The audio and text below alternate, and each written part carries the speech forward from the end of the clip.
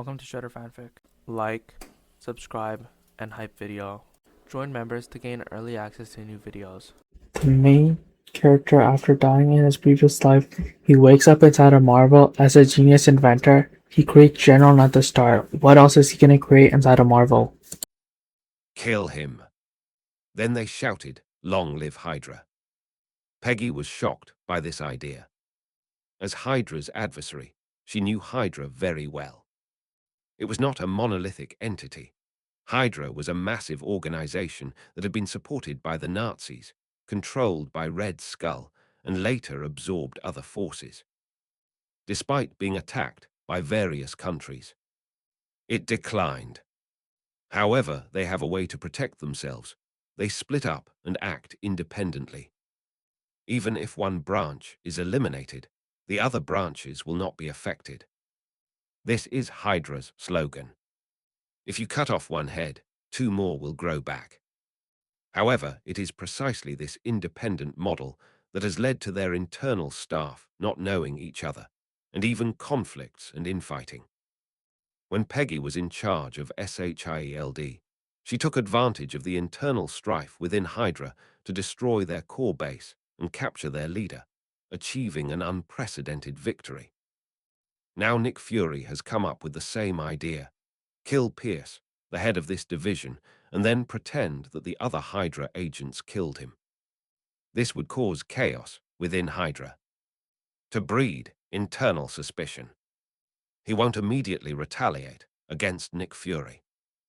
He would then have enough time to eliminate any suspicious agents and reassign those with questionable credentials, thus preventing major unrest. Nick Fury's one eye flashed with wisdom. This plan will be called the Jingnan Plan. Function Jingnan, and purge the court of corrupt officials. The other side. Russell didn't pay attention to the changes at SHIELD. After obtaining the suit and gravity chamber, he used the excuse of helping Howard rescue Banner to work from home with a salary. Besides helping Banner communicate with Hulk every day, he also, the vast majority of the other time, they were all immersed in the gravity chamber. 20 times gravity. How is that so difficult? Russell, hands on his legs, was breathing heavily, momentarily questioning the meaning of life. The energy in his body comes from his constitution. It is not something that martial artists cultivate from weakness to strength. So he trained in the same fighting techniques he had learned as a special agent, expecting to make rapid progress under the influence of gravity. But the reality is cruel.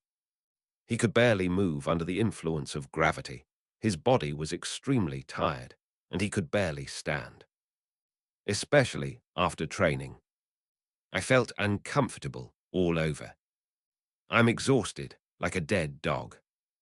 He couldn't help but envy Sun Wukong's Saiyan physique and the Senzu beans that could instantly restore his condition and bring him back to life.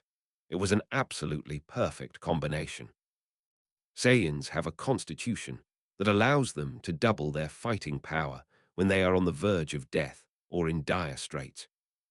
The Senzu bean will instantly restore your health to full. Let Sun Wukong return to the gravity chamber to continue his training. It was this combination that enabled them to achieve a qualitative leap in combat power from thousands to tens of thousands in just a few dozen days, covering the path that Prince Vegeta took decades to complete. Russell, however, did not have that bug. Oh dear, I can't take it anymore. Exhausted and panting, he struggled out of the gravity chamber and then gulped down water. This was a Namekian talent. They could replenish their body's deficiencies and complete their nutrient intake simply by drinking water. He lay there questioning the meaning of life. After each workout, my physical strength is greatly depleted, and it takes a long time to recover. And the growth of Kai is indeed faster than before. But it's only an increase of a few dozen points. It's really powerful in the early stages. But to raise it to an outrageous tens of thousands, Russell had no idea how much effort and time he would have to put in, and he felt he should think of other ways. How about we get Spider-Man's blood from SHILD's blood bank, then have Howard and Banner study it to enhance ourselves and create a state of ultimate ease? The Marvel Cinematic Universe wants to become stronger. It's either technology or mutation. Spider-Man is the best and most outstanding representative of the mutations. He was later jokingly called the Hulk, who can climb walls and shoot webs by netizens. Being powerful is no joke. But Spider-Man is too young right now. His superpowers haven't developed yet. Even if we develop a serum based on his blood, the power wouldn't be strong. After all, according to Natasha's words, the current Spider-Man is just a little boy, only with a strong sixth sense, which prevents him from tripping on flat ground or being hit by a car. It is far from reaching the level of perfection it will achieve in the future. Studying blood. It seems a bit of a double-edged sword. If only I could complete Mission 4, then I could obtain things from other worlds in the myriad realms. I wish I had the body of a Saiyan. Or get a Doraemon. Grey Wolf would also work. If you push me too far, I'll just bring Rick and Morty over here. We're all part of the multiverse, so who's afraid of whom? Your time management bureau is certainly impressive. But my grandfather, Morty's longsword, is no less sharp. However, this is just Russell's imagination. After all, he is finding even Mission 3 extremely difficult to complete. Half a month has passed since he rescued Banner in the Arctic, and there has been no progress. It seems like the mission is still a long way off.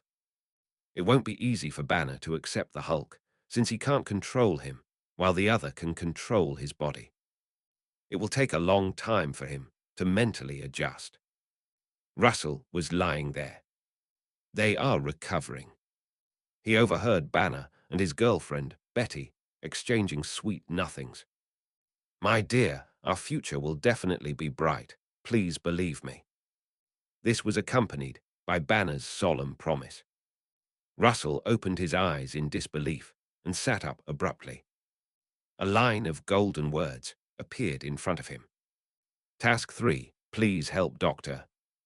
Bruce Banner, a mutated race member of Nolan's race, to master his powers, eliminate the crisis, and gain the approval of the crowd.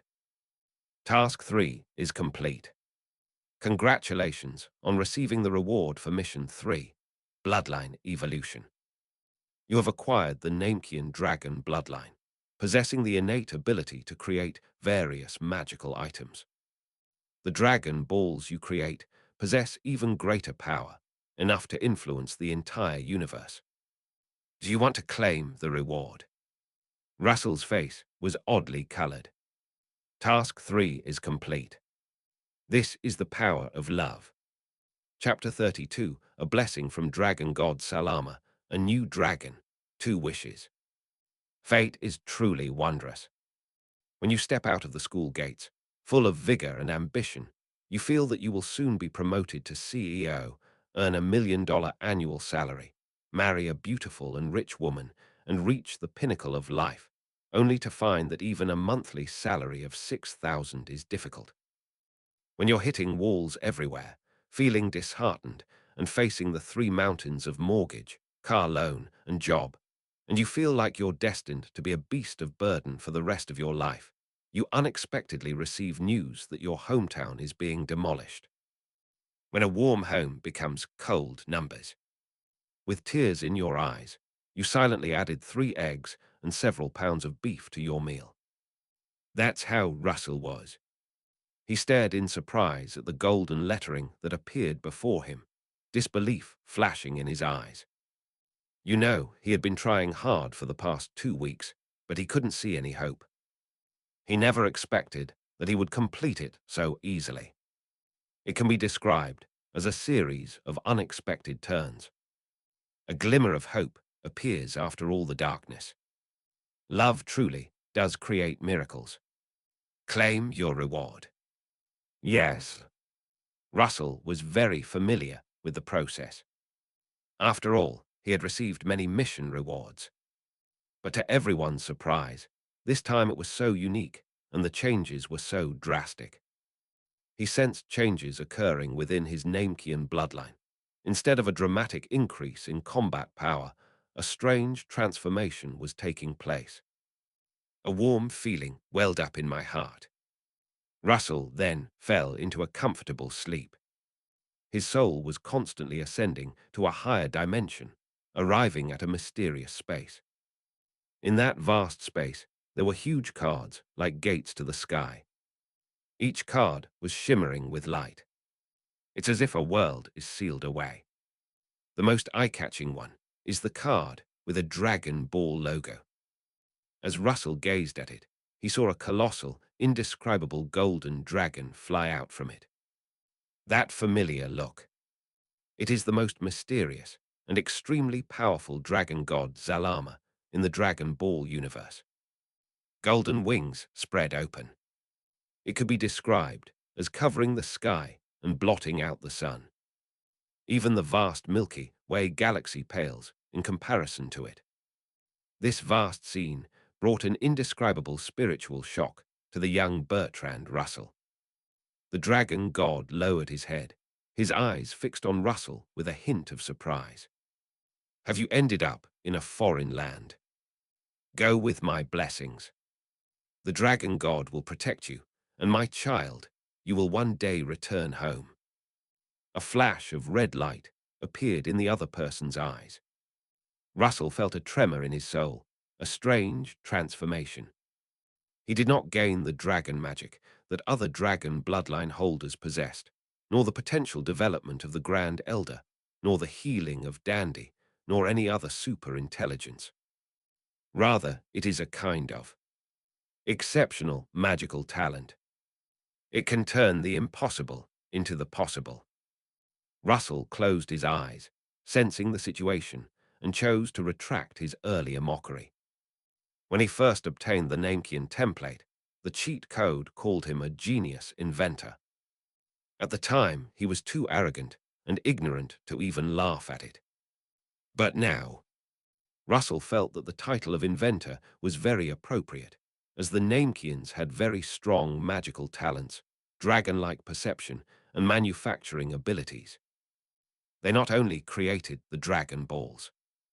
Furthermore, they created combat devices for assessing combat strength and magical spaceships capable of traversing galaxies. As long as enough wisdom is absorbed, a clear enough understanding of things, then they can take its place through magic. It was just a slight thought. In this mysterious space, before Russell, something appeared out of nothing, materializing the arm of the Iron Man armor he had previously used in front of everyone, with the palm cannons on it gathering light. Even without the arc reactor, it is still usable. It uses a gas core. Arms can materialize, and so can armor. In fact, armor created in this way can be given to others to use, and it can still exert the same power. This should be called a magical armor. Russell played with it, feeling the Namekian dragon bloodline's crafting talent, and couldn't help but laugh out loud. He imagined Tony creating a new suit of armor and showing off in front of him, only to have it copied by him in an instant. The other person's incredulous expression. That look in his eyes, as if he were questioning the meaning of life. And there was that greenish complexion and that furious, jumping-legged manner. It feels so interesting. Cool. Russell studied his magical talent for a moment, then turned his gaze to this mysterious space, which was his secret cheat code. He had never been here before. Cards like doors were everywhere. There were some faint, flickering lights. Looking at those familiar logos, he recognized them. They were all character templates he had drawn before. The others that are dimmed represent those that have not yet been extracted. Russell had a guess in his mind. The dragon god Salama just flew out from this card and responded to me. Does this mean There's a world behind the door. Can I go inside? Then he traversed the heavens. Russell kept this in mind. He then left. He couldn't stay in this space for long. His soul wasn't strong enough, and he had to return to his body. Russell's joy was palpable. Give the bewildered Banner a very warm hug. And sincere thanks. Thanks. Bruce Banner was somewhat bewildered, having no idea why Russell was so happy, but he was surprised to discover something else. In Russell's embrace, he felt as if he had returned to his mother's arms and could feel the presence of that guy. He heard Hulk's inner voice. This was the first time I truly heard what the other person meant. Banner looked on in disbelief. What is this? Just a little bit of magical wisdom. Russell shared a bit of his own insights with the other person, which completely resolved their problem. He left with a smile. He then turned around and took some vibranium from Howard. Then they concealed their tracks, flew into the sky, and flew to a very remote, uninhabited area. This is the only way to protect the secret of the Dragon Balls as much as possible. Bring it on. He sat cross-legged on the ground, using extremely precious vibranium as the material, and devoted himself wholeheartedly to creating a brand new dragon. This was accompanied by the depletion of magical energy within the body. The new dragon has come to life. It flows there. It cheered there. At Russell's signal, the other party soared into the sky, revealing a body more than 10 times larger than before, with an even more majestic and imposing appearance. This is a direct demonstration of ability. The dragon whispered, "My great creator, what wish do you desire? I can grant you any 2 wishes." What? 2? Russell was overjoyed, knowing that the dragon before him was an extremely powerful being, and every wish it made was incredibly precious. Not to mention having 2 at once. 2 wishes every year. He suppressed his joy, opened his arms wide, and spoke his long-cherished wish. Shenlong, I want you to replicate the time stone and reality stone of this universe, to create something with the same effect, not only for use in this universe, but also to have the same effect in other parallel universes. Among many gemstones, Russell chose the time stone so that he could manipulate time, glimpse the future, and reverse time, making himself invincible and gaining an information advantage. He chose the reality stone to combine it with his magical talents, hoping to gain the ability to make his wishes come true. It's much better than other gemstones. Faced with Russell's request, the enormous dragon fell silent. This made Russell a little nervous. Is it too difficult? Are the requirements too high? Dragon, your wish. Too easy. Chapter 33, The Time and Reality Gems. A powerless rant from the dragon. Shenlong's words were cheeky. He looks really smug. But Russell wasn't angry at all. On the contrary, he was very happy. After all, in the joy of obtaining 2 infinity stones, nothing else mattered. As the saying goes, a monthly salary of 3,000 means the company is a bunch of idiots. A monthly salary of 30,000 means the company is my home. And a monthly salary of 100,000 means I love going to work, and going to work makes me happy. It is said that a son's personality is inherited from his father. The dragon I created is so arrogant, it must be inherited from me. Yes, good boy, that's very well said. In Russell's expectant gaze, the dragon displayed its divine power. Its 2 eyes flashed, and countless dazzling rays of light gathered before it, constantly intertwining and shrinking into a ball. To create something from nothing. 2 dazzling gems were created. One of them is green. One of them is red. It has a captivating sheen. It was right in front of Russell, within easy reach. If other powerful figures, those seekers who had been searching for the Infinity Stones in vain, knew this, they would probably be furious. He carefully took it, but then he discovered that when his palm touched her, the two Infinity Stones were not physical objects, they rippled like water. As he wondered what was happening, the stones merged directly into his body and vanished without a trace. What kind of change is this? The dragon spoke. The power of these two gems is too great, so I have sealed them into your body. It releases its power as your body reaches its limit, and each use only consumes the energy within your body. As long as you can bear it, you can use these powers at will without any restrictions. Even in other universes, this still applies.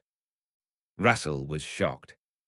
You should know that the Infinity Stones are very powerful.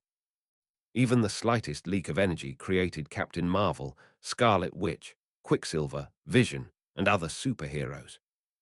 But the consequences are also very serious.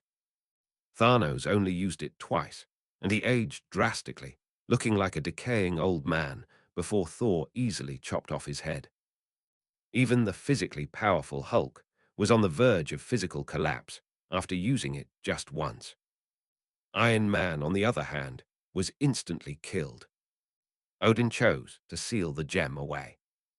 Even mages, when using the Time Stone, would seal it within a magical artifact to prevent its backlash and control it using time magic, avoiding its use whenever possible. And what about him? As long as it doesn't exceed the body's limits, it can be used freely to fully unleash the power of the Infinity Stones. In other words, Russell's gaze fell upon the dragon. The dragon fell silent, then weakly complained, "Great Creator, you are now just a piece of trash with a combat power of only a little over 1,000. Please do not use the power of the Time Stone on me to refresh time and repeatedly make wishes. This will lead to your death." Russell blushed. He gave an awkward smile. The dragon raised its head and said, "I have granted your wish. Looking forward to seeing you again." The Dragon Ball transformed from a divine dragon. It's much bigger than the last time.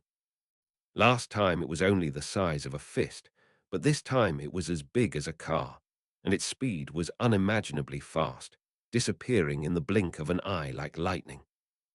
Even though Russell was prepared, he even manipulated the power of the Reality Stone with a mere thought, setting up various obstacles for the nearest Dragon Ball.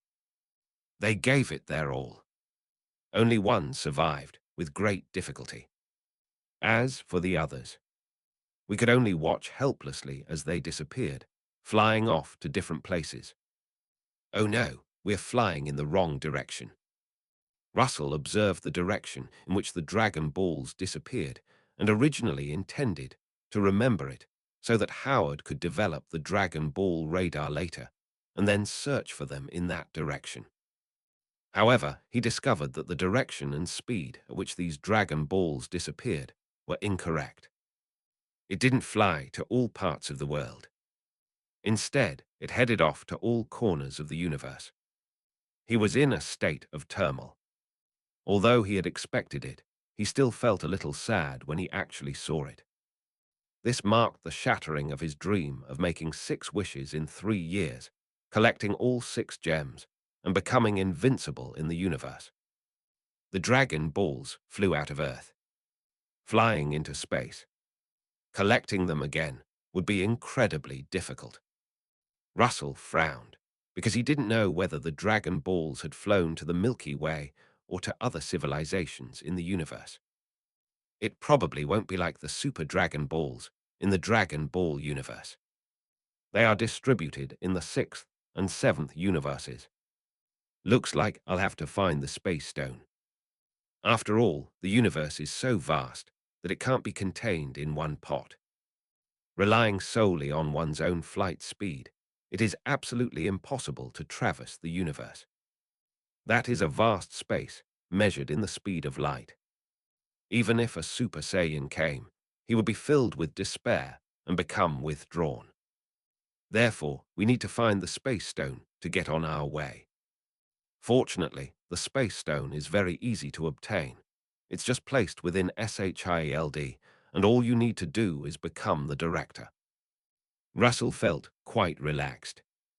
However, he faced a new problem. Looking at the enormous dragon ball at his feet, which was as big as a car, he was suddenly at a loss.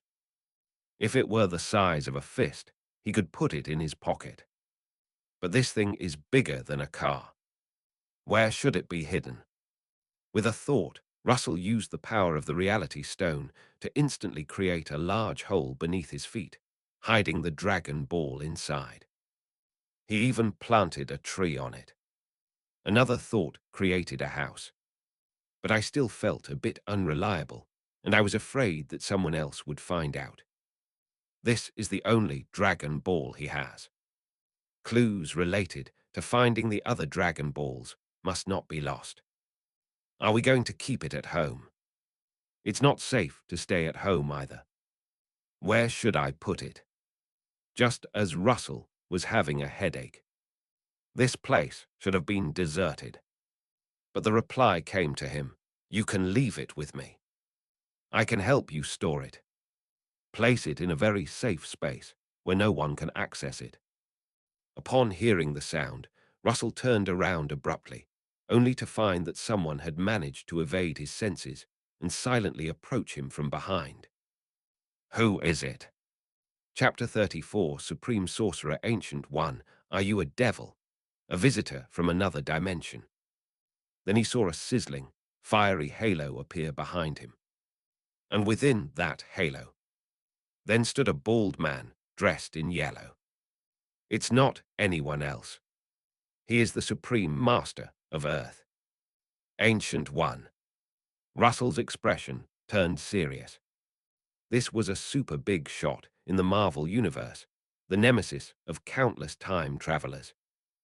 The opponent is a super magical genius born 700 years ago.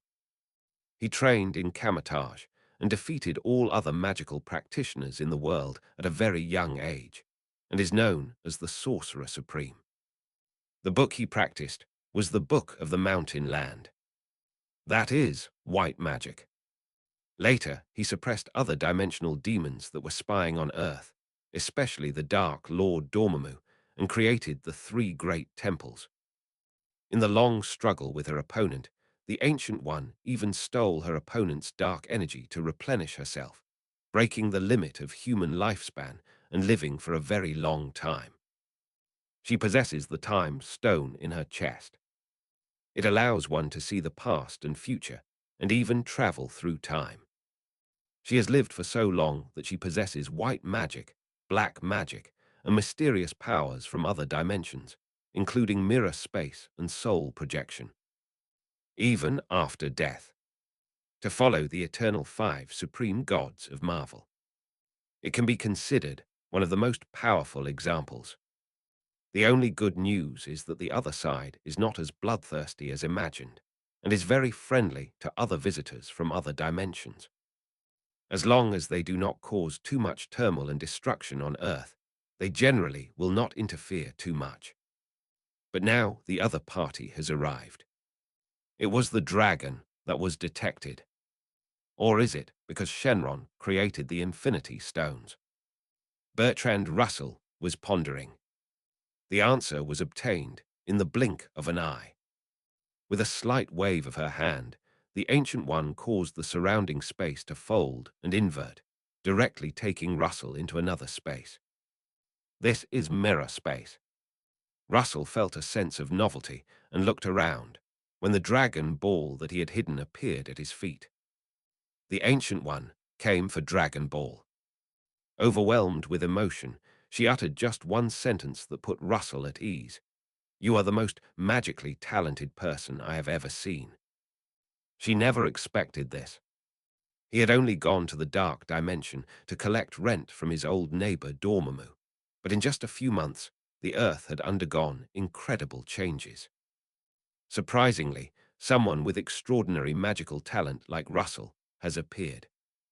They created the dragon. extraordinary magical items capable of granting human desires.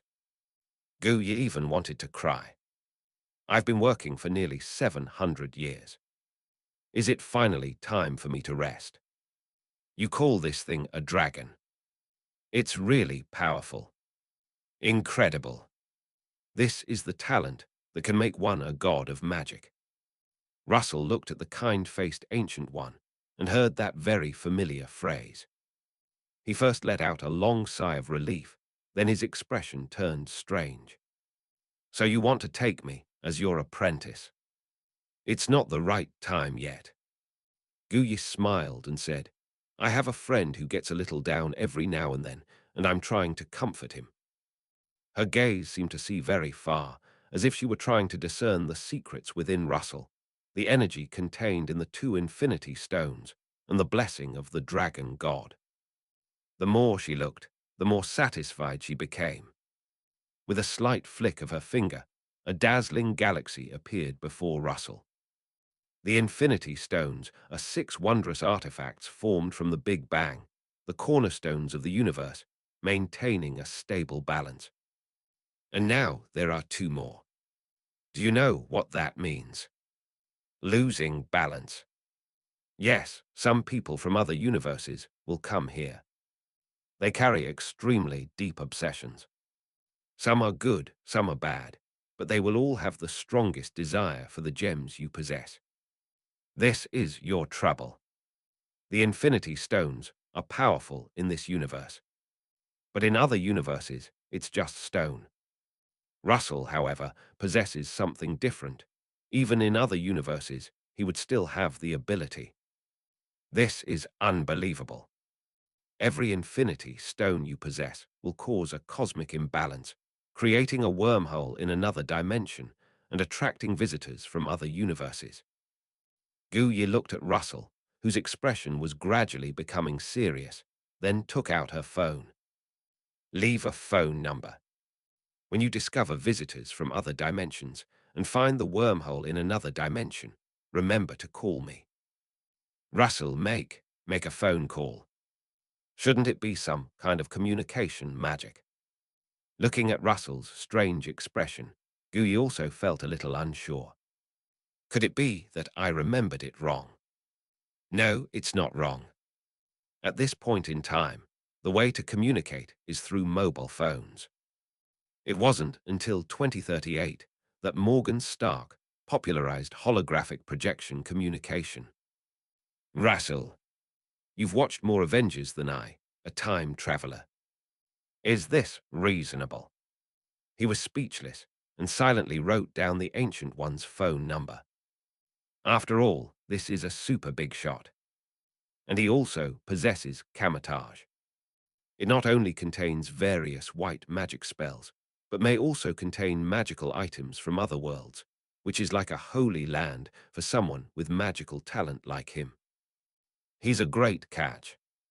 Oh, right, there's one more thing. The Ancient One was quite enthusiastic, her eyes filled with anticipation. If you summon Shenron next time, could you grant me one wish? Russell found it strange. After all, what kind of wishes could the other party possibly have? Could it be to extend lifespan? Or eliminate the dark corruption within your own body? In turn, we will protect the earth for an even longer time. I want a soul gem. My apprentices aren't very diligent in learning magic, and I want them to try harder. Soul gem. Having the ability to change one's personality can indeed turn a lazy person into a diligent one and make one's students study harder. Are you a devil? Russell was speechless and let the Ancient One take his dragon balls away, since he really didn't have a good place to store them. He felt that today was a really strange day.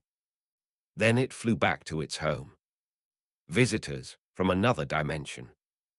Who could it be? At the same time, New York City in complete darkness. Under the moonlight, a Spider-Man dressed in a red and blue suit is crouching on a high-rise building, looking down at the chaotic street with a look of astonishment and confusion in his eyes. Queens. Has it become filthy again? Chapter 35, The Crazy Spider-Man Hulk Banner, Manipulating Time. Is this scientific? The United States is an extremely wealthy place. But the world is a strange place. The richer a place is, the more poor people there are. In addition, guns are completely legal here, and drugs are rampant and even sold cheaply as painkillers, which leads to a high crime rate. After all, drug addiction can cause hallucinations. It will mass-produce mentally ill people. This is far more terrible than alcoholism. The chaotic environment creates chaotic criminals, but it also creates superheroes who stop the chaos. Spider-Man is one of them. She is also the most famous one. But at this moment, he was perched atop a tall building, his eyes scanning the chaotic streets with a puzzled look. He has exceptional eyesight and extremely sensitive super hearing. It allowed him to easily perceive the evils of the city in the darkness, the cries for help, and the arrogant boasting and talk of various criminals, as if he were not afraid at all. It gave Spider-Man a feeling of going back to a few years ago. Aren't they afraid of me? And where do all these criminals come from in New York? Spider-Man was somewhat puzzled.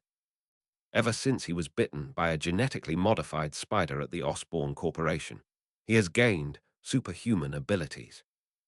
Having hated evil since childhood, he has been walking in the shadows, fighting criminals. He's just like Batman next door. They only punish the criminals, never kill them. They simply detain them and hand them over to the police. Over the years, the police station's jail was almost full of criminals. The sentence can be as high as 2 years. Therefore, the night should be calm and peaceful, as safe as a great eastern country, and there should be no such chaotic scene. Spider-Man was bewildered. Could it be that Gwen's father, after Gwen's death, released all the prisoners from jail as revenge? His eyes were dim. He was filled with remorse. If it weren't for him, his beloved girlfriend Gwen wouldn't have been implicated and ended up falling from a high-rise building, dying on the spot. Spider-Man is in pain. I have been praying to God in my heart, praying for a miracle to happen. Let's try to make up for this mistake. But God did not appear. Just as Spider-Man was feeling down, he heard a sharp cry for help. A robber had stolen something and was running away quickly. Because his legs were slower, the robber was trying to steal a car from an unlucky guy parked on the side of the road. The unfortunate person was a woman. Hey, buddy, bullying a lady isn't very gentlemanly. Spider-Man didn't have time to think. Then it fell from the sky. It landed right in front of the robber. The robber was so frightened that he trembled. His head glazed over as he instinctively looked up at the sky, completely bewildered as to where this guy in pajamas had come from. Get out of here. The robber, mistaking Spider-Man for a magician clown, brandished his gun menacingly. My pistol will rip your ass open. Come on over if you want to die. Oh, sorry. Your gun is indeed powerful, but it's out of bullets. Hey. Without saying a word, the robber raised his gun and fired, only to find that the muzzle of the gun was blocked by something. Then, with a bang, the barrel exploded. He screamed in disbelief. Then he kicked the unfortunate woman next to him, jumped into the car, and stepped on the gas to drive away. He's seen a ghost. The last time he saw this monster, that said there were no bullets in the gun, was in a TV series. He floored the gas pedal. He wanted to get rid of Spider-Man. To everyone's surprise, Spider-Man leaped forward, shooting webs from his wrists, and moved with ghostly speed, landing upside down on the car window. Arms crossed, he looked at the other person with a mocking expression. Hey, sir, were you looking for me? Monster. You're a monster. Amidst the robber's terrified screams, Spider-Man had pulled the man back and incidentally hoisted the out-of-control car into the air, securing the robber to it. Then he turned around with a dashing air. With a backhand slap, he sealed the other person's mouth shut. That was incredibly skillful. Everything fell silent. Spider-Man picked up the unfortunate man's phone, casually handed it back, and said very naturally, "Here you go, ma'am. Remember to call the police." He originally thought he would get screams from girls, as usual. That feeling of fans meeting celebrities. He was praised as a good citizen of New York. To Spider-Man's surprise, he experienced the feeling that good people should be held at gunpoint, and the other party showed no gratitude but fear. The other party did call the police, but he said he had encountered a monster. Spider-Man then realized what had happened, and all his previous doubts came flooding back. He snatched the other person's phone and saw the year and time displayed on it. He felt as if he had been struck by lightning.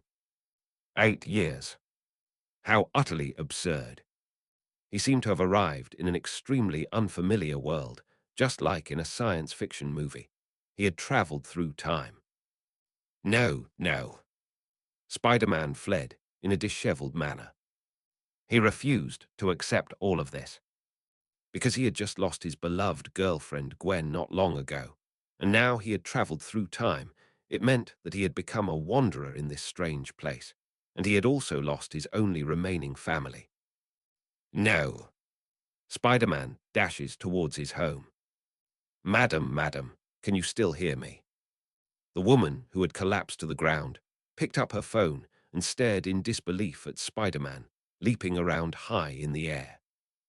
She stammered, "I don't know if you believe it, but I saw a spider demon."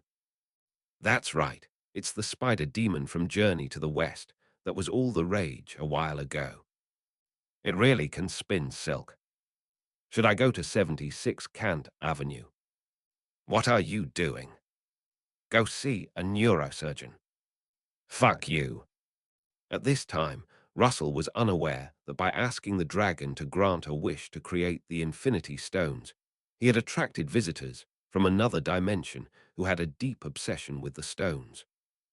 He was extremely excited. I can't wait to experience the power of the gemstone. Russell flew back to his home, only to see a tall figure in the living room, the Hulk in his transformed form. It gave him quite a fright. His eyes narrowed subconsciously, and his anger gathered within him, but he relaxed in the blink of an eye, simply because the Hulk's eyes did not hold anger and rage, but rather a clear sense of stupidity. The figure in front of me is not the Hulk. It was Banner, the Hulk. The other person also saw Russell's return, scratched his head somewhat awkwardly, and explained his current situation. "Ah. I talked to Hulk, and as long as it doesn't cause trouble, I'll feed it chocolate." The mighty Hulk was actually moved by chocolate. Although it sounds absurd, but it is indeed a very real situation. After all, Banner and Hulk share one body, but do not have each other's senses. Whenever Hulk appears, Banner loses consciousness, and when Banner takes control of the body, Hulk is imprisoned in a dark cage. Hulk naturally couldn't get any food. Russell was stunned for a moment, never expecting that the two of them could communicate so well. Although their combat power would be greatly reduced, turning them from the world-destroying Hulk in Avengers 1 into Bruce Banner, who was hesitant to smash a motorcycle in Avengers 4. At least the potential for them to go berserk was eliminated. That sounds like a good thing. Well, there was a tiny bit of an accident during the process. Banner, the Hulk, lowered his head guiltily. This immediately gave Russell a bad feeling. He peeked out and found that his luxurious villa was in a dilapidated state, riddled with holes.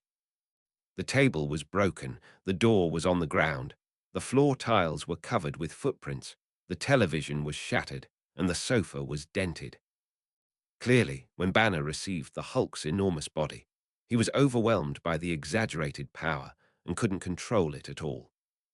It's like a disabled person looking at their own leg. It's like trying to make it go to the left, but it always goes to the right. It's completely unresponsive.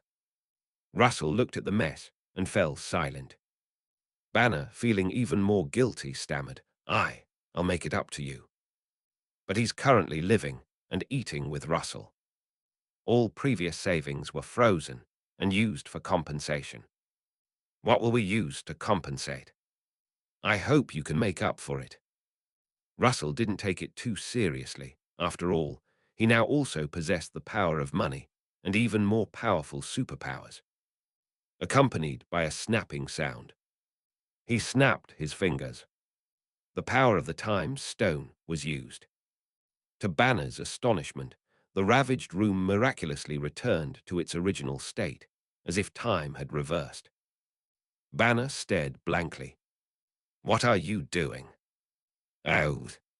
Russell spoke very calmly, as if everything was perfectly normal. I simply manipulated time a little. Oh. Banner, Sir New, you'd better climb out of your grave. I've really seen God. Chapter 36 Anti-Howard Armor shocked Tony, resurrecting the dead. No one could imagine Banner's shock at that moment. After all, time is just a concept defined by science. No matter how advanced science becomes, it is impossible to travel through time. This is the current definition used by the scientific community. What did he see? Russell simply snapped his fingers, restoring the destroyed room to its original state and turning back time. Is this scientific? Does science no longer exist? Banner was utterly shocked, and then he saw something even more unbearable. Russell glanced at him, snapped his fingers again, and his exposed green body was covered with a perfectly fitting set of clothes. He no longer needs to wear just his underwear. It looks like it fits perfectly. Very sturdy. Take your time getting used to it, Doctor. Banner. As I said before, Hulk is a newborn baby and requires patient communication. Why don't you watch more children's cartoons with it? Don't bother me. I'm going back to my room to watch a movie too. And it's for adults, you know. Russell was in a very good mood. Hands in pockets. Humming a little tune, he returned to his room, then sat cross-legged on the bed, closed his eyes, and manipulated the time stone to watch adult films, which were about the future he was curious about. No one can refuse to see the future. Enjoy the joy of being a prophet. He wants to watch Avengers 5, Avengers 6, Avengers 7. He wants to make netizens in another world envious, jealous, and green with envy. But what Russell never expected was, my name is Tony. By the time you see me, I'll already be dead. My name is Tony. When you see me, I'm dead again. My name is Tony. When you see me, I'm dead again. The future that the time stone provides is awful. They all seem like absurd predictions about the future. It's full of all sorts of unbelievable plot twists, and among these twists, there's one guy who's practically the protagonist, Tony Stark, who's either flopping or on his way to flopping. They often die for all sorts of absurd reasons. After seeing hundreds of future scenarios, Russell felt his eyes were getting dirty and felt like someone was playing a trick on him. He was utterly speechless. He suddenly felt an extreme admiration for Doctor Strange. It takes the ability to see over 100 million possible futures and piece together a perfect answer from the mistakes of hundreds of millions of mediocre students. You're amazing. This thing should be used sparingly. It's a complete joke. Russell looked disgusted as he tried the time stone's ability to restore time. This ability only consumed his own energy, but once his energy was depleted, it would consume his physical strength. After excessive physical exertion, It will then begin to burn through its lifespan, harming itself. But it seems that the cost is not that high. Russell assessed the consumption of time reversal, precisely controlling the range, and found that it did not consume much of his internal energy. This meant that he could completely do what he had previously imagined, resurrect others at will. This is the true power of the Time Stone, surpassing the level of control that many sorcerers supreme had over the Eye of Agamotto. A resurrection spell enveloped them. The fallen superheroes are immediately resurrected. Even if Thanos came, he'd probably curse and suspect that the thing in his hand was female, while the one on Russell's body was male. Hey, that playboy really got to enjoy some perks this time. After all, among superheroes, whether it's Thor, Hulk, Spider-Man, or Captain America, they are all incredibly powerful. To reverse time and resurrect them would naturally come at a tremendous cost. But Iron Man is just an ordinary person. To resurrect him, it was just something that happened easily. So Russell commented that this guy was really lucky to be able to benefit from the version update. Looks like at least I don't have to die again and again. Tony, that guy, is sharp-tongued, arrogant and conceited. But it's really reliable and useful when it matters. In Avengers, he was the one who flew off Earth with a nuclear bomb on him. Otherwise, the entire city of New York would have been destroyed, and the superhero team would have been wiped out. Later, he developed a quantum machine and completed the journey through quantum space, which saved everyone. In the final battle, he snatched the Infinity Stones back from Thanos, ending the fight. Otherwise, it's hard to imagine how he would have won. Russell toyed with the Time Stone in his hand, finding it amusing. Luckily, it hadn't fallen into Thanos' hands. If Thanos knew that his ultimate defeat was due to a rat, he would probably personally lead an army of 100,000 to wipe out all the rats on Earth. Oh, that's even more abstract than Howard saving Tony, or Soul Emperor killing Zyro Yan, who's at the third stage of Du-Kai. Russell was playing with 2 gems. I became mentally exhausted in no time. Then he fell into a deep sleep. Uninvited guests arrived at his villa. Tony appeared in his Mark IV armor, like a ghost. This was his latest creation, the Mark IV armor, also known as the Anti-Howard armor. It's because some old man refuses to admit that he is a backward person of the old era and is unwilling to give way to the position of a top genius in the new era. So he spent 3 days. He became an expert in gravimetry through self-study. Then it took another 5 days to complete the modification of the gravity chamber. It took another 10 days. They then redesigned this more powerful anti-gravity armor.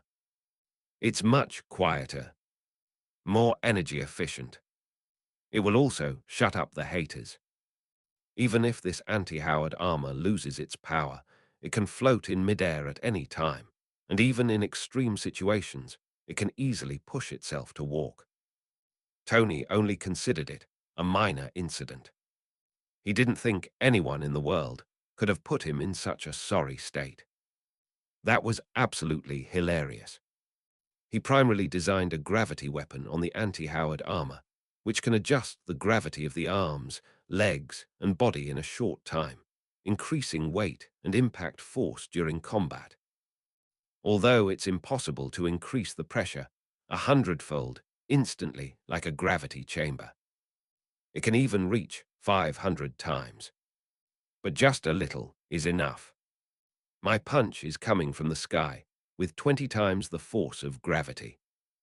Can you withstand it? Tony was looking forward to some idiot fighting him up close, getting punched by him, experiencing the joy of youth, and then going straight to sleep. He was wearing this new armor. He just wanted to show off in front of Russell and brag to him. This proves that Howard is inferior to him. But Tony didn't see Russell. He only saw a tall, bear-like green monster, quietly squatting in front of the TV watching Tom and Jerry, muttering to himself that science no longer existed. Tony frowned, sensing something was very strange. Jarvis. Sir, this is Dr.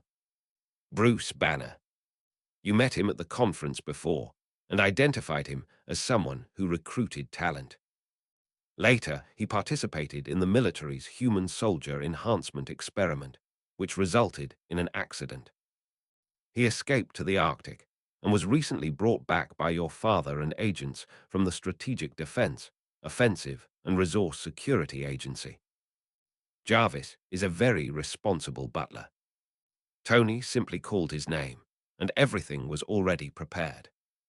Tony was in seclusion for half a month at this time. Only then did I realize that my father had done so many things behind my back. He complained, sending them a letter of feedback, something like Department of Homeland Security. Doesn't it sound incredibly long and tedious? They might as well just rename it SHILD. Sir, an email has been sent to them. They are attending a funeral. Whose? Former SHILD. Director Pierce was beheaded by Hydra agents 3 days ago. The killer is still at large and has not been caught. That's so lame. Tony chuckled coldly.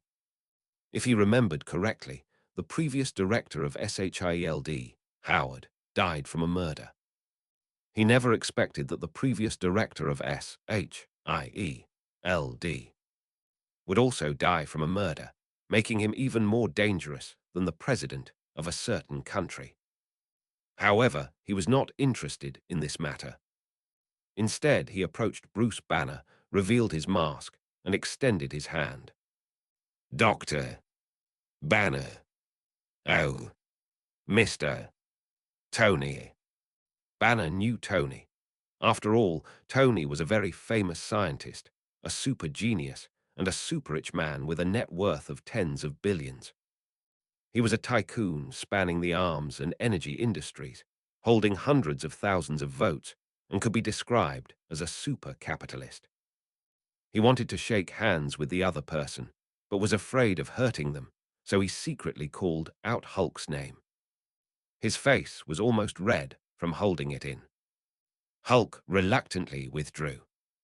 Banner then returned to human form and shook hands with Tony. You just said science doesn't exist. Did something happen? You might not believe it, but I just saw time going backwards. Someone is manipulating time. Tony sneered. Time travel? Absolutely not.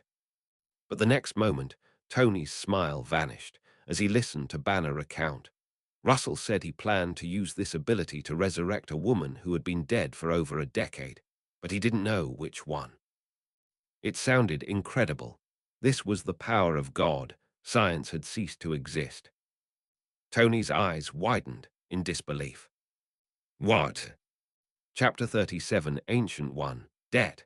Just kill the creditor. Dormammu, how can you be so selfish? If one day a cute little girl knocks on your door, claims to be your future wife, and offers you 3 houses and a dowry of 3,000 million yuan, would you choose to believe it?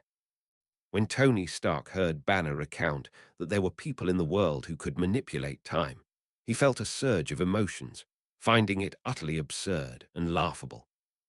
It's a ridiculous line that you might not even be able to fool a 60-year-old woman with. But when he heard Banner say that he could resurrect people who had been dead for more than 10 years, he was shocked. The mockery on his face vanished instantly. Instead, my heart suddenly stopped, as if it was stuck there. Tony wasn't stupid. On the contrary, he was quite intelligent. All sorts of doubts from the past instantly ran through his mind and kept resurfacing before his eyes. Despite claiming to be Howard, the father of the clone, he left no record in the family and did not leave a clone for his beloved wife Maria. Despite claiming to be a clone, he knew everything about his cause of death, including that he was killed by an assassin and that the assassin took his things, details that even his son didn't know.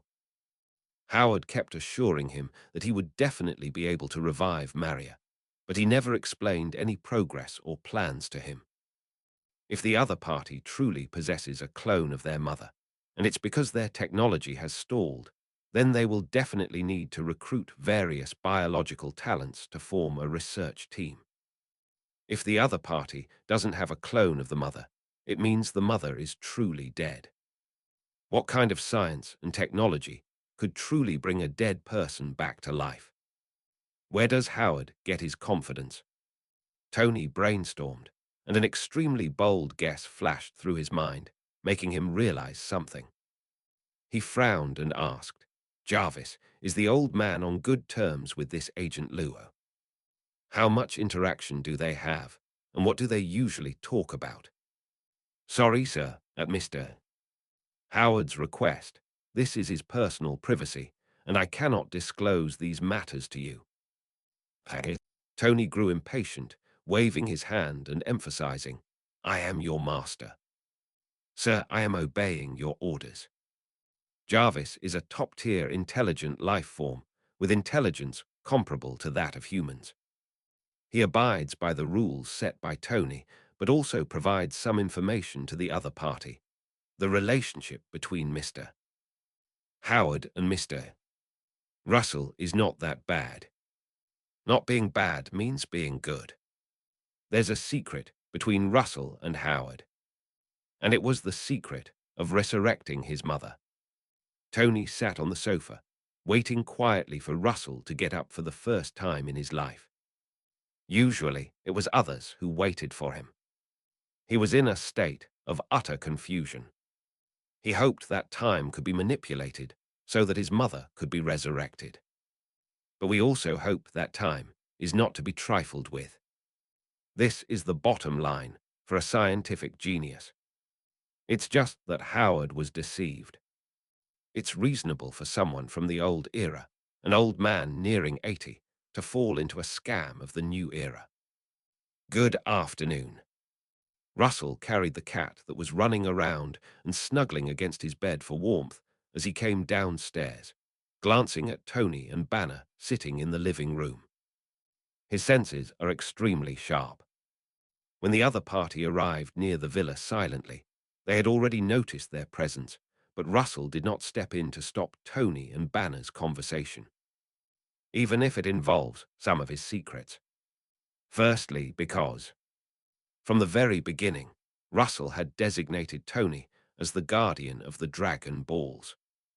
To win over such a super genius and tycoon, it was natural to demonstrate some strength and mystery. Secondly, because, after he made his wish with Shenron yesterday, Shenron transformed into a giant dragon ball and scattered to various places. It is extremely difficult to collect them all, and he needs someone to help him. Furthermore, Russell also encountered the Ancient One, the Sorcerer Supreme, and found the path to learning magic. Both of these paths require Tony's help. Let Tony research a device that can traverse space, so that he can use the Space Stone to search for the Dragon Balls in the vast universe. Let Tony study magic. And then they modified these magical techniques. Being a sorcerer in the Marvel universe is not easy. It's not that magic is extremely difficult, but rather that this universe lacks magical power. All sorcerers obtain their energy from the magical gods of Vishanti. In other words, all the power of the mages is borrowed. They are all super debtors, and each time they borrow a small amount, they are extremely careful when using it, and they even wish they could fight each other with their bare hands, becoming melee mages. Especially the Ancient One, the Sorcerer Supreme, can be described as the king of debts among kings of debts. Compared to the Ancient One, the so-called new generation of Ultraman next door is as green as a lamb, and their debts are extremely troublesome. How do I pay off the debt? Just kill the creditors. Dormammu of the Dark Dimension. Dormammu, Ancient One. How could you be so selfish? Russell didn't want to become a debt king. He wanted to use the energy within him or something like an arc reactor to serve as the energy source for his magic. This requires genius research. If Tony could become the Sorcerer Supreme and create the supreme magic armor in other universes, these things should be a piece of cake for him. So he didn't hide himself, waiting patiently for Tony's question. Tony Stark was clearly getting impatient and pressed him directly. What exactly is your relationship with my father, Howard? Don't tell me you're my ridiculous half-brother. No, it's not that bad. It's just that I needed him, so I dug up his grave and brought him back to life. Tony had already guessed it. But when I heard this sentence, his face still couldn't hide his disbelief. Banner, who was eavesdropping nearby, gasped in horror. To bring the dead back to life, and someone who had been dead for over a decade at that, how terrifying. How did you do that?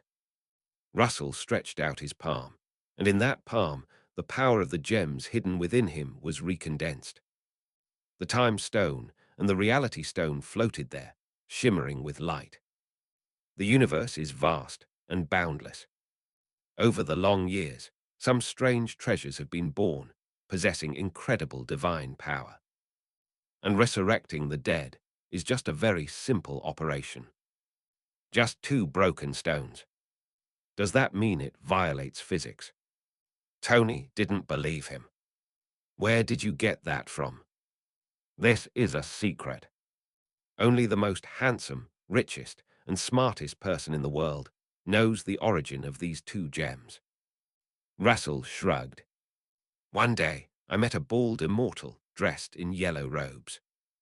He said I had the potential to be a supreme being and would save the universe in the future, so he gave it to me. Shouldn't it be an old man with a white beard? Tony said with a sneer, although the plots written by those third-rate online novelists aren't even half as exciting as my life, they can definitely help you sleep. I know a thing or two about that. Russell's story is so unbelievable. The more he talks, the more he sounds like a liar. How could time manipulation possibly exist in the scientific world? How could there possibly be a resurrection? How could there possibly be a bald, yellow-robed immortal? This must be a scam. If all of this were true, then Tony Stark's children would never have any spiritual roots. Just as Tony's sharp eyes were about to expose Russell's despicable trickery in one fell swoop, he saw Russell smile slightly and then snap his fingers. The red reality gem shimmered. With a stunned expression, Tony watched as his expensively crafted Iron Man armor detached, transforming him into miniature figurines. Tony, physics no longer exists. Chapter 38, Nick, Spider-Man, Hulk, don't think I won't recognize you just because you. Looking at Tony and Banner's dumbfounded expressions, Russell was secretly delighted. These two men held positions of immense prestige in the scientific community, equivalent to academicians and professors in modern society. Yet they were being made to question their very existence by the reality stone in his hands. That look is hilarious. With a flick of his wrist, he retrieved the two gems back into his body. After a night of research, the time stone can currently only be used to reverse time and glimpse a little of the future. To resurrect the dead, it will probably take some time to try. The reality stone, on the other hand, can modify his perception of reality. Just like when Wanda lost vision, she dragged the entire town into a sitcom, directly altering reality in a localized area. This can be considered an alternative form of the power of thought. That was just a simple application. This turned Tony's Iron Man armor into a toy-like figurine. If it happens during a fight, the other party must be incredibly desperate. Russell was very fond of this abnormal ability, but he also felt a great sense of regret. It's a pity that I don't have enough Chi in my body. My combat power is only a little over 1,000, and I can't withstand that much gem power otherwise. An alteration of reality, bringing the static to life, making toys come alive. The other is to stretch the timeline and replicate memories. Isn't this just another form of rat charm? In addition to these functions, Russell discovered that the reality stone could also enhance his magical talents, distorting reality, and was particularly effective against heroes with special talents, such as Black Bolt, who could destroy everything with his mouth. Do you even have a mouth?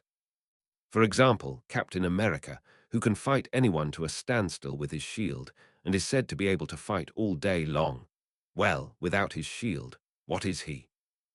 But what's currently blocking Russell's way is, it's about increasing combat effectiveness.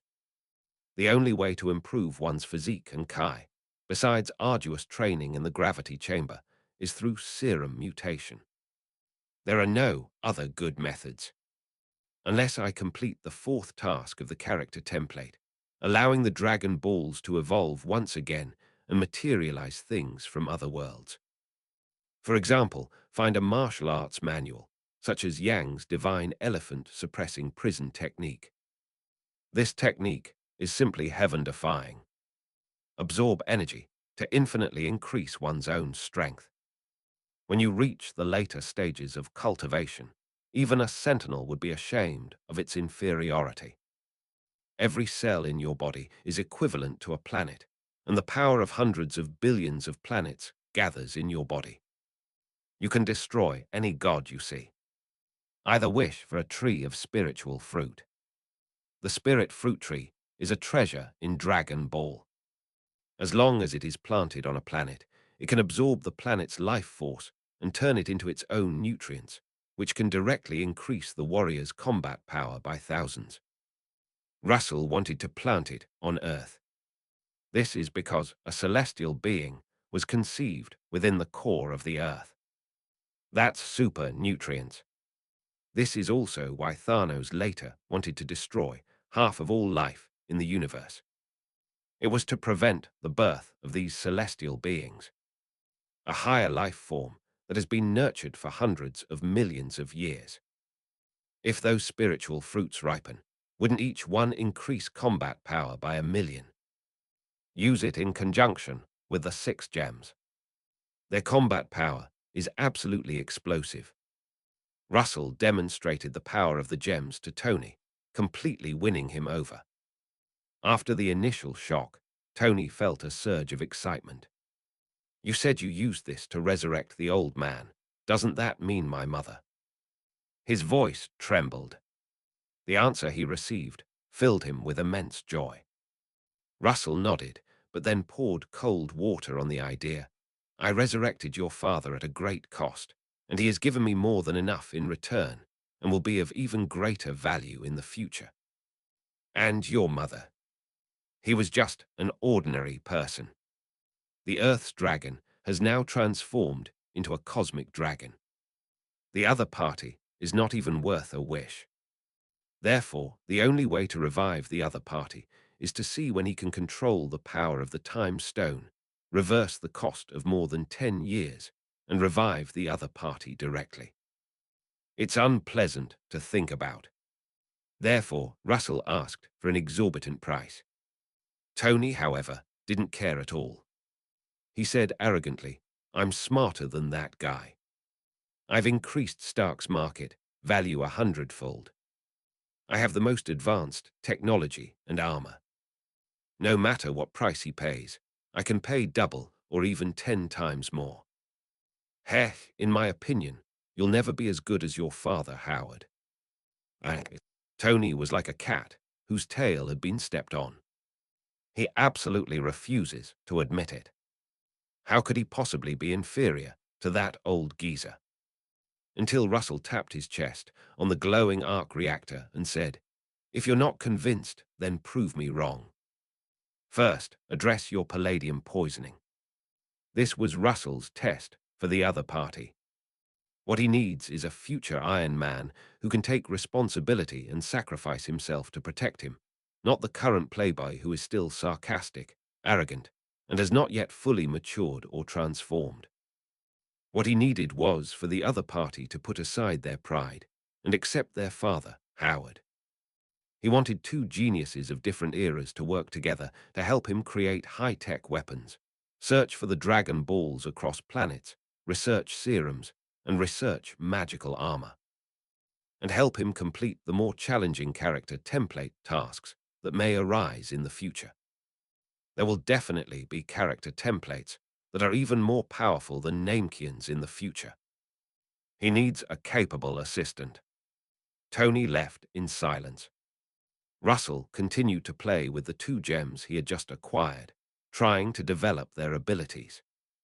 He could play with the beautiful legs for another year, but this ability to alter reality, which was like being possessed by God, would he be able to play with it for a lifetime? Let's start with a horse racer. Let's have another one called Tsunade, who possesses double the justice. A few days passed in the blink of an eye. Shield. Nick Fury stared wide-eyed at the message from Coulson, hands on his hips, almost roaring. What did you say? The Jingnan squad was almost wiped out. Impossible. Absolutely not. His complexion was particularly dark. This is because the Jingnan squad is actually a team composed of Natasha, Melinda, and Barton targeting Hydra. Not long ago, the three of them secretly concealed their identities, disguised themselves as Hydra's henchmen, killed Hydra's boss Pearson, and found top-secret files in his home. Those were secret documents, recording some of Hydra agents. Nick Fury used various methods to send Hydra agents, whose identities were unknown to each other, to hunt down team members, creating internal strife and infighting that resulted in heavy casualties. He was extremely pleased with himself. Those who died were all Hydra agents. He was very pleased with his intelligence, but Coulson soon delivered a bombshell. The super soldier squad he had assembled at great expense had almost been wiped out. Those were 3 super soldiers, top-tier agents, even armed with vibranium-based weapons. How could the 3 of them be seriously injured together? Look into my eyes. Could it be that those damned Hydras found Captain America and brought him over? Nick Fury was practically spitting out his saliva. Even if Captain America were to be resurrected, he can't fight 3 people by himself. Coulson, exasperated, showed Nick Fury a video. This is about a superhero who recently appeared in New York, named Spider-Man. As for his abilities, a wry smile appeared on his face. Nick Fury glanced at it and immediately gasped. What did it mean to climb a 100-meter building in 3 seconds? What does it mean to be able to catch a falling bus with just one hand, even though it's full of passengers? What does it mean to dodge bullets at close range? Isn't that the Hulk?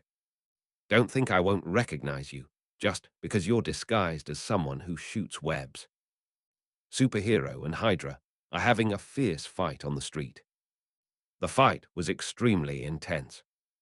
Spider-Man naturally joined in the fun. In New York City, whoever stops a criminal from committing a crime here has to show up and support him. One side is a Hydra agent disguised as SHIELD, and the other side is a SHIELD agent disguised as Hydra. His exceptional intelligence naturally tells him who to help. He is an extremely intelligent genius. Chapter 39, Spider-Man 2, You're Peter Parker, so who am I? Nick Fury was extremely frustrated. It feels like I've shot myself in the foot. He had his men impersonate Hydra agents and then attack Hydra, causing chaos and distrust within the Hydra organization. The operation was quite successful, making it a very clever plan. But this guy, Spider-Man, who appeared out of nowhere, ruined everything.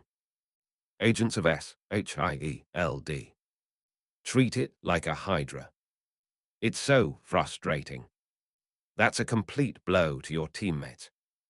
Nick Fury stood with his hands on his hips, watching the surveillance footage Coulson had gotten from the roadside, observing it over and over again, watching Spider-Man's thrilling battle with the 3 super soldiers. 1 against 3. Moreover, they are top-notch agents with excellent equipment. They were surprisingly in control and maintained the upper hand throughout. He found it all unbelievable. Isn't this just the Hulk in a different outfit? Hulk isn't that agile. Coulson had fought the Hulk when he captured him in the Arctic, so he had the right to speak on the matter. He suggested directly, "Boss, if you're worried, you can call Agent Russell and ask him. After all, the Hulk is in his house." Nick Fury, reminded by Coulson, remembered that Russell hadn't checked in for half a month and immediately dialed his number. "Agent Russell, what's the current status of Howard's research? The Hulk is not only a top-tier fighter. Moreover, it concerns the mass production of the super serum. He still cares a lot. Sir, it seems we'll need more time. Banner has just reconciled with Hulk and is currently watching cartoons. We don't recommend any provocation. To get Hulk to cooperate with Howard's research. That's not an easy task. After all, scientific research requires needle pricks and blood draws, and the wearing of various instruments, so it requires complete obedience and extreme cooperation. If Hulk gets angry, one went berserk. That would be a big problem. A syringe cannot penetrate directly into the body like a bullet. Nick Fury was completely baffled. What did it mean that Hulk was watching cartoons? That monster. How is that possible? He stared blankly at the photos Russell sent back, which were proof enough that he swallowed back the complaints he had in mind. My heart was filled with 1,000 galloping horses.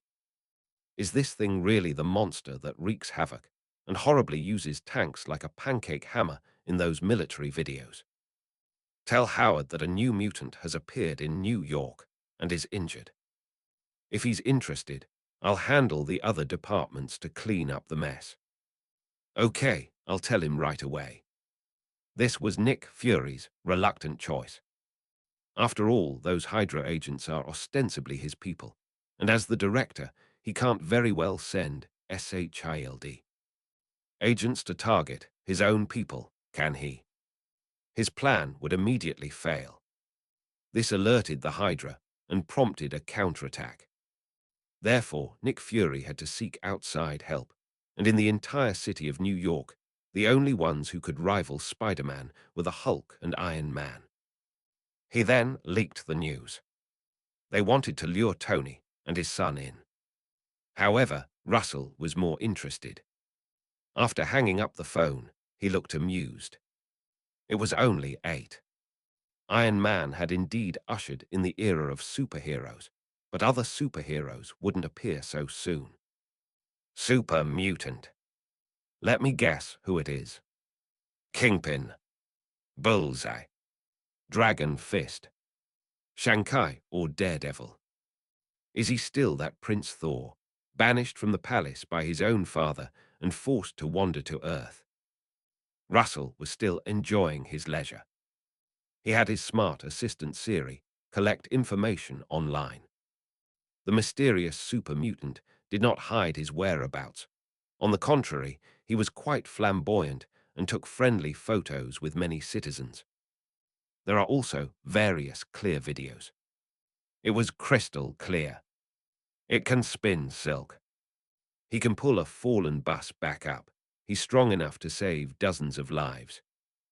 Dodging bullets with one's bare hands at close range. And he was wearing red and blue clothes, and he's quite talkative. Russell looked completely bewildered, and the more he looked at the face, the more familiar it seemed. Isn't this just Spider-Man? It could also be Deadpool, who randomly appeared.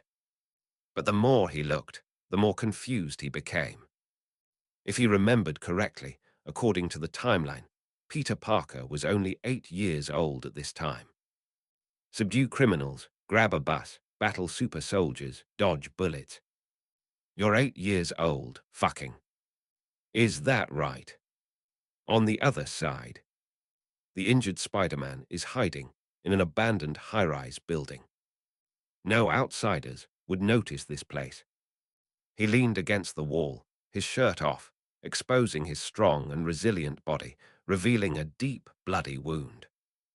What terrifying power! What a sharp weapon! Spider-Man recalled his battle with the 3 masked monsters and felt a lingering fear. The criminals in this new world are powerful, although he was no match for Dr. Connors in strength. The other party's teamwork was excellent, and the weapons in their hands were beyond his imagination. If it weren't for his spider sense, I dodged in advance. He might be caught off guard and pierced through by that sharp weapon. What? Hiss. Amidst his clenched teeth and hissing pain, Spider-Man gasped for breath. Although the bloody wounds on his body had long since stopped bleeding and were healing at a speed that was beyond the comprehension of ordinary people, the pain was still unforgettable, even more acute than before. Brother, I'm here. At this time, a little boy, panting, climbed down the stairs, carrying food and clean water on his back. This is a little boy that Spider-Man and Natasha encountered on their escape after their battle. It was with the boy's help that he found this safe place to hide. Thanks. This little boy is quite clever. Besides food and water, he also brought a lot of medicines. They looked scattered and messy, but at least there were the painkillers and gauze he needed most, which made Spider-Man happy. Let me bandage you. The little boy proudly looked up and said, My uncle often treats injured poor people, and I'm very skilled at it. Spider-Man's eyes were filled with admiration. They ate to replenish their energy. While praising him, she exclaimed, Wow, your uncle is such a good person. The little boy was very happy to be praised. He clumsily bandaged Spider-Man's bleeding back and waist. Even if it's not standard. Spider-Man didn't say anything, but instead lowered his head and pondered how to deal with them. Those 3 guys were incredibly strong and fast, and they were also skilled in using firearms. Their melee weapons, spears, were also extremely sharp. However, there are ways to deal with it. That means that in the next battle, prepare enough spider silk to bind the opponent's hands and feet and entangle their weapons, and try to take those weapons away.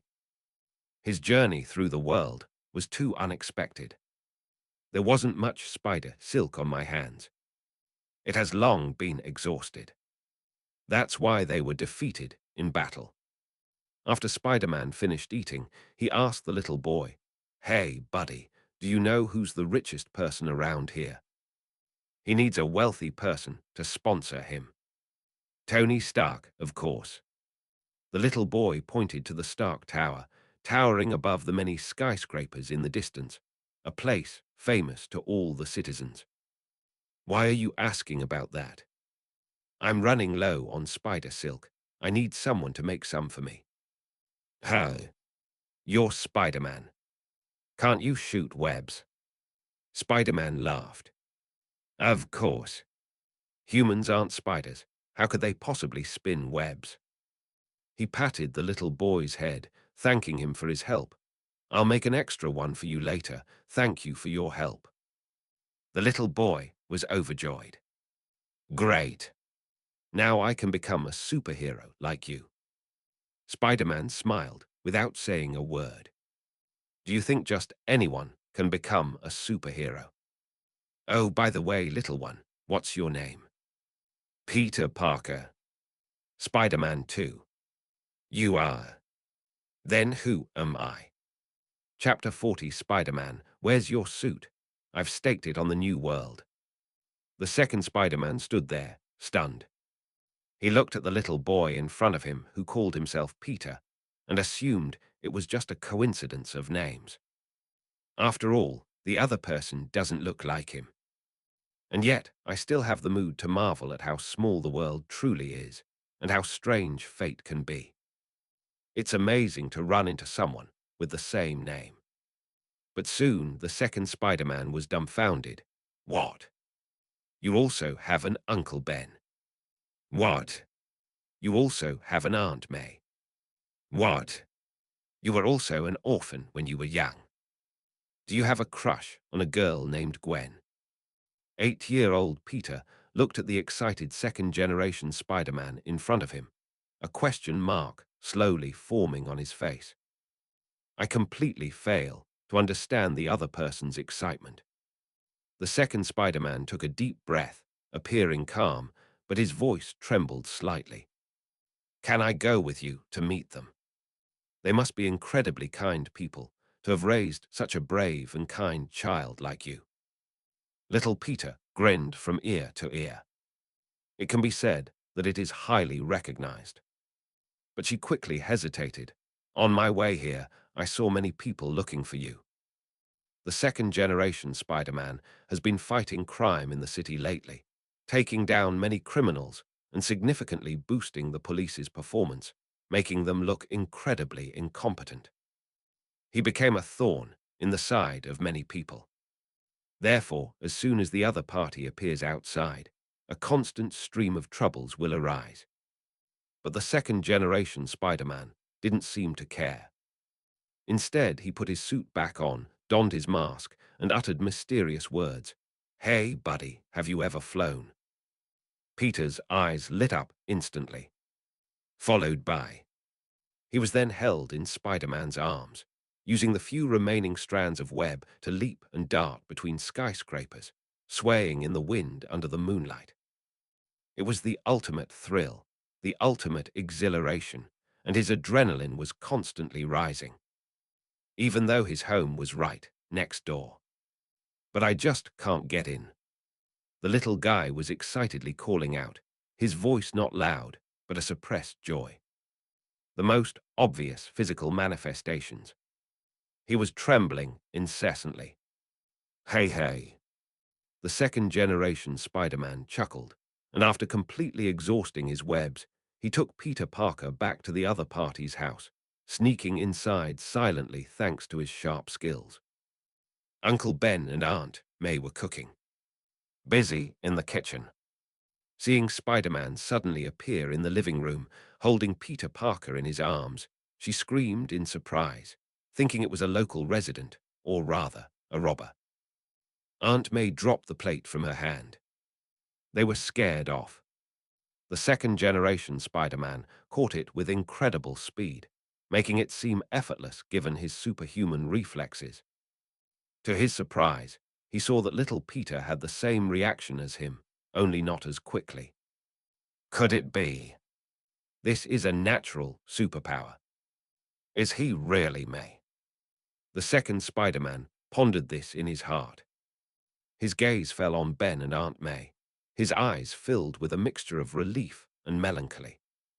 Thankfully, the Uncle Ben and Aunt May standing before him were not the ones he remembered. They were strangers to him. What's frustrating is that I wish I could meet someone who looks exactly like my Uncle Ben. Uncle Ben, who had treated him like his own son since childhood and had always taught him, died at the hands of the supermarket robbers he had let go because of a momentary lapse in judgment. Immense guilt and remorse. It will always remain in his heart. It caused him unbearable pain. Peter shook off the second Spider-Man's hand, jumped down excitedly, and happily introduced him to Ben and Aunt May. This is my new friend. He's a great hero who saved over 30 people, a superhero. Spider-Man. He proudly showed off. The second-generation Spider-Man nodded in agreement and unusually removed his mask, revealing his youthful face to the two of them. This immediately caused Uncle Ben and Aunt May to exclaim in surprise. My God, you're still just a child. You must have suffered a lot, right? Uncle Ben and Aunt May looked at each other with heartache because they saw the tattered Spider-Man suit on the second Spider-Man and the wound that was hastily bandaged and was oozing blood. It's obvious that something happened. Spider-Man was somewhat dazed. He was facing various criminals alone, and the death of his girlfriend, Gwen, had made him forget that he had just graduated from high school. She's only 18 years old. He was just a child.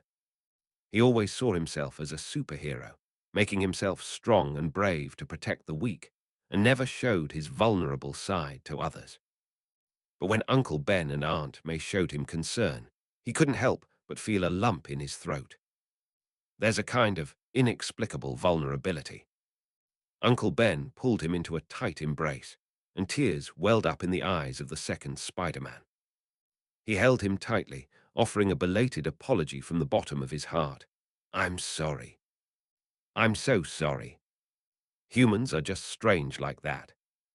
No matter how strong, powerful, or domineering you may appear on the outside. When you encounter certain people, however, it appears to be very fragile." The second-generation Spider-Man was having dinner with Spider-Man's family. He hadn't experienced such a relaxed and joyful time in a long time. He slept with the little spider. Squeezing into the other person's bed, he tells them his legendary stories of fighting criminals. He also learned a lot. The little spider in this world is not exactly the same as me. The other one does not have a biological scientist father, nor does it have the decay rate formula. The other one has innate superpowers. He's a born Spider-Man. After putting the other person to sleep, the second-generation Spider-Man pondered the strange encounter that day. Soon, as if sensing something, he silently climbed out of the window and went up to the roof of a tall building. And under the moonlight, Russell stood there, his gaze sweeping over the wary second-generation Spider-Man he had drawn in, looking both surprised and enlightened. He always said that. How could an 8-year-old Spider-Man possibly do so many things? Turns out, a Garfield had snuck in. "Where's your battle suit? I've staked it on the new world." Russell's expression was strange. If it were an ordinary person, they really wouldn't understand what he was saying. He also didn't expect the other party to be so coincidental.